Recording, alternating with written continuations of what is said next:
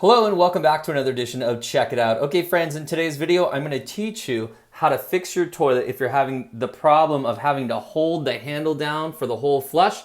I'm going to show you how to fix it. It's quick, it's easy, no problem. So here's what happens. Over time, these chains and the different parts that it connects to get a little bit stretched out. You need this chain right here to be pretty taut, and that will basically solve the problem for you. So how do we fix it? Well, there's this little connecting piece. So let's take a look closer here what we have. So the chain is connected right here, and we've kind of got this little loop right here that connects into our metal rod, which has these holes in it.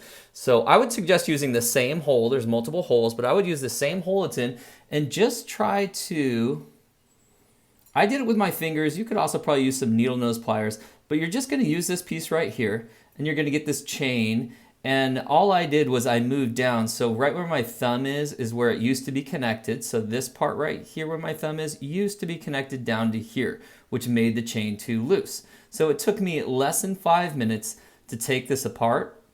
And you just push in on this little piece right here, take it off of this metal rod, move it down 2 links, and then put everything back together. Very, very quick and easy.